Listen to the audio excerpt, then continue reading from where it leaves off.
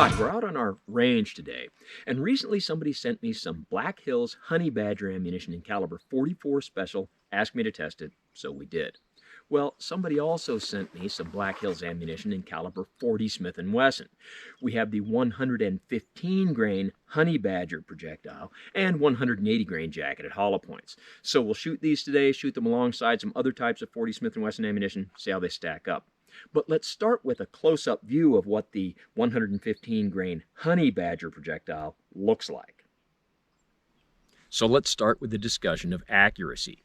I've got my Splatterburst splatter target, and I'm going to shoot this from 15 yards with my Sig Sauer P229, and as a basis of comparison, I'm going to start with Winchester White Box 40 Smith & Wesson 165 grain Full Metal Jacket flat nose.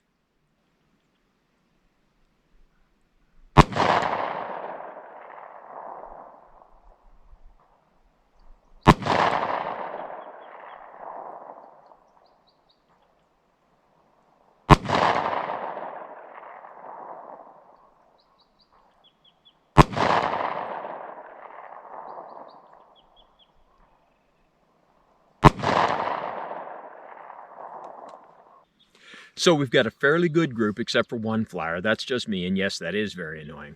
But now I'll put up a new target and I'll shoot from 15 yards with our Black Hills 180 grain jacketed hollow point, and let's see how the accuracy compares.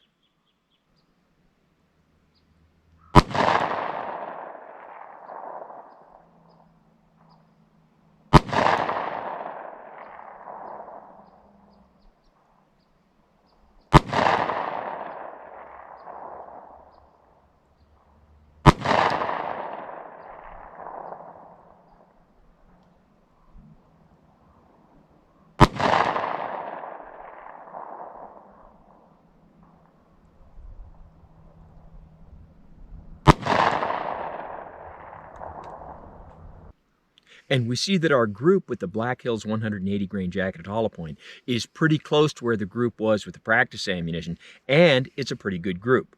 So now I'll put up a new target and I'll shoot from 15 yards with our Black Hills Honey Badger ammunition, and let's see how we do.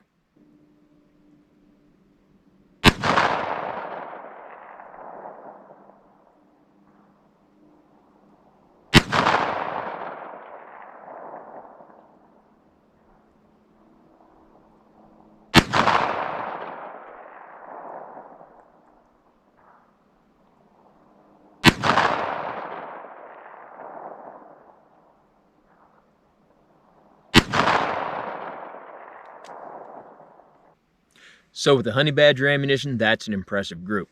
The point of impact shift from what I originally got with the practice ammunition is a little more than I'd like. Now let's do some chronograph testing. And if you find the chronograph segment tedious, as always, I invite you to fast forward to the part where you see me standing next to the sign with the numbers on it. Okay, if you're still here, we have the chronograph set up at 7 yards, and we'll shoot our Black Hills ammunition and some other types as a basis of comparison. So to start with, I have my SIG P229 loaded with Winchester White Box 40 Smith & Wesson 180 grain jacketed hollow point.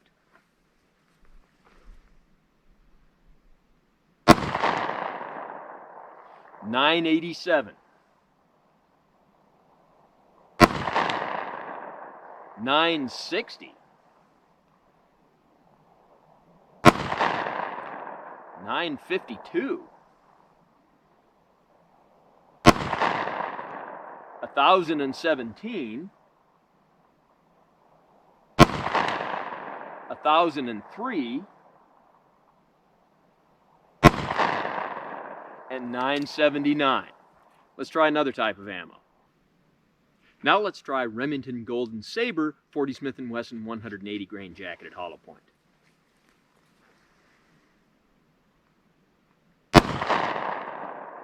$1,002,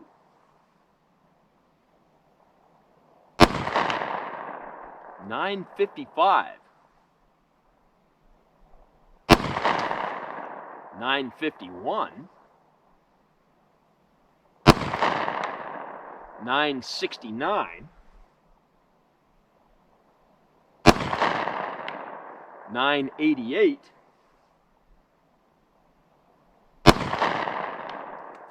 and 944.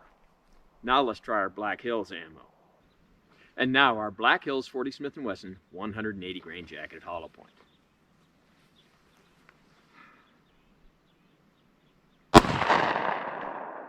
$9.67.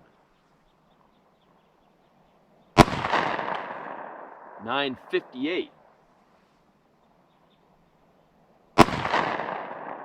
$9.83.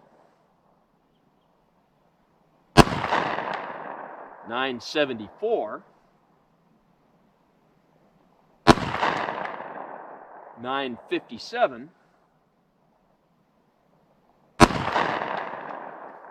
And duplicate $9.57. And remember, our honey badger ammunition is a 115 grain projectile.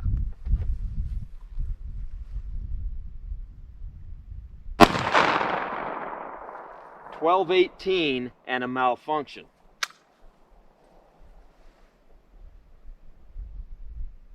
$12.75.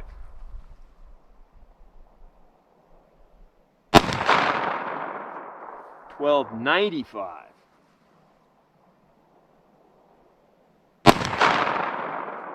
$12.43.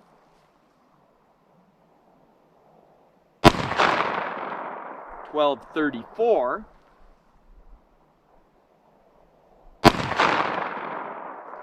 And $12.41. Let's try one more type of ammunition. The only thing I could come up with as a basis of comparison for the honey badger's 115 grain projectile was this Speer Lawman training ammunition, which is 40 Smith & Wesson 115 grain frangible projectile. Let's see how we do with this.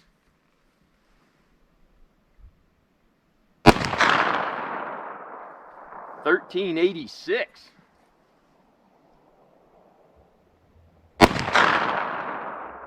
$13.71.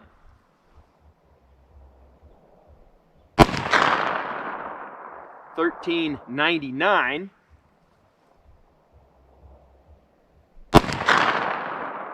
$13.53.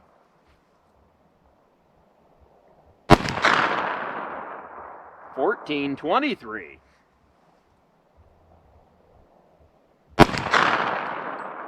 $13.94.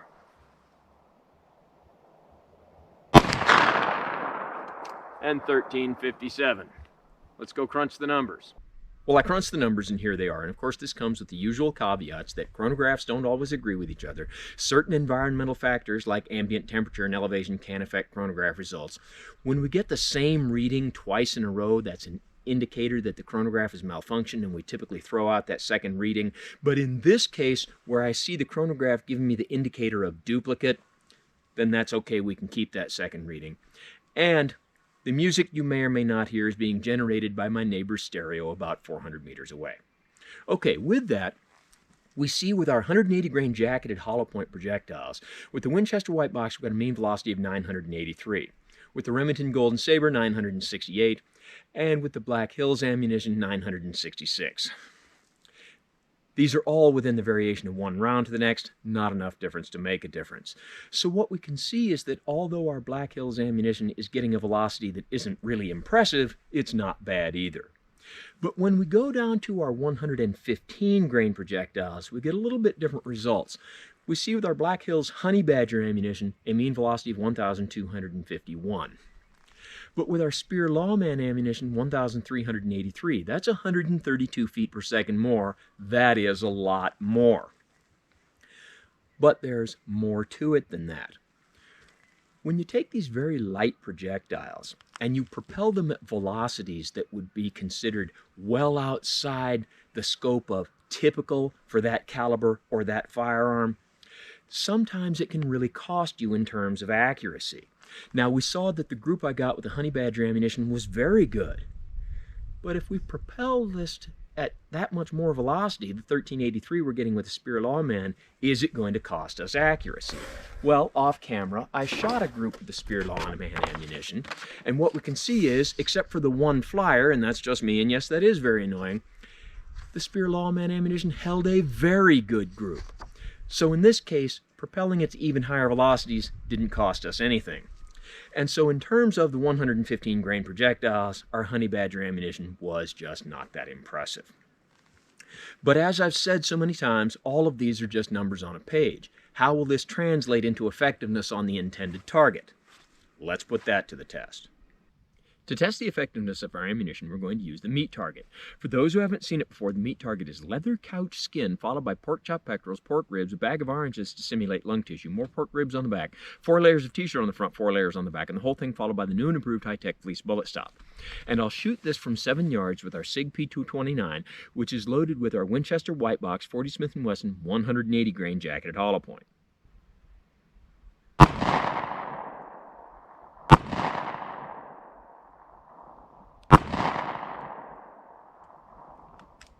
We had to straighten out our target. I'll take one more shot.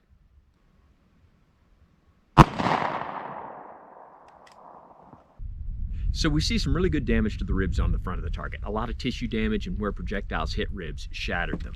We also see some pretty good damage to our orange lung tissue. By the time the projectiles get to the ribs on the back of the target, they've slowed down a lot. There isn't as much damage here, but still, where projectiles hit ribs, broke them.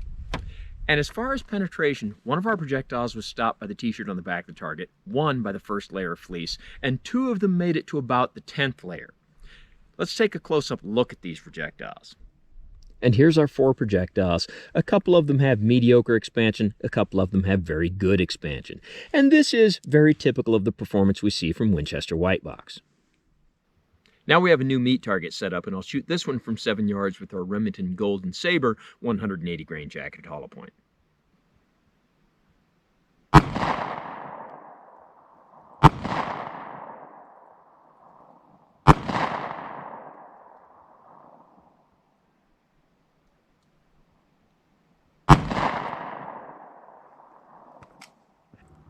So it looks like our Golden Sabers did more damage to the ribs on the front of the target. And in my subjective view, it looks like we have a little more damage to our orange lung tissue. We also have a lot more damage to the ribs on the back of the target. Bigger holes, more damage, and all of our Golden Saber projectiles were stopped by the first layer of fleece. Let's take a close-up look at them. And here's our Golden Saber projectiles. We see good expansion, fairly consistent expansion, and all of them lost their jacket. That's a very common occurrence with Golden Sabers. And now our Black Hills 180 grain jacketed hollow point.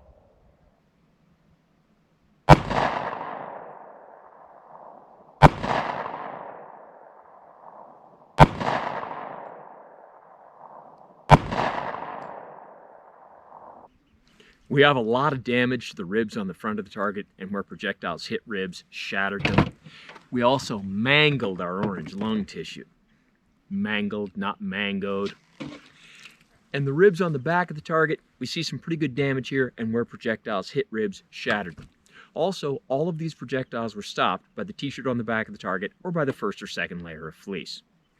Now let's take a close-up look at our Black Hills projectiles. And here's our Black Hills projectiles, and we see good expansion, and they all kept their jackets. Okay, one more meat target. I'll shoot this from 7 yards with our Black Hills 115 grain honey badger projectile.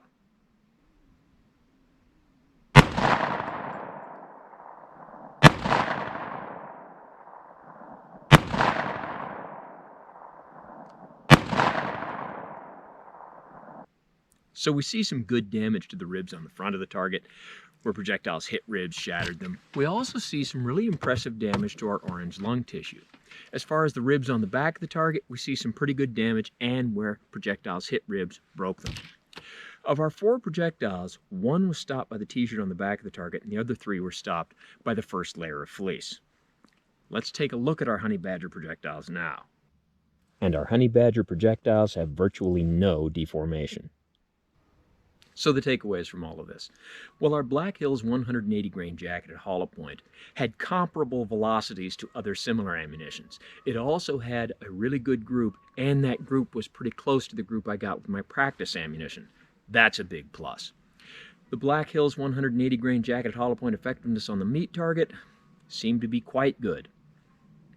But compared to the other ammunitions, it wasn't anything stellar. Now, our Black Hills honey badger ammunition, in terms of the group it held was very good. It wasn't even too far off of the group I got with my practice ammo, and of course different guns will perform differently with different ammunitions. As far as the honey badger effect on the meat target, that also seemed to be pretty good. The Black Hills honey badger ammunition for me doesn't seem to have any big advantage, but where it could be an advantage is if you live in a jurisdiction that prohibits the use of expanding projectiles. Then that might be legal where you live. Check your local laws. So as always, don't try this at home on what you call a professional, and thanks for watching the Black Hills 40 Smith & Wesson 180 grain jacket hollow point and 40 Smith & Wesson 115 grain honey badger projectile video.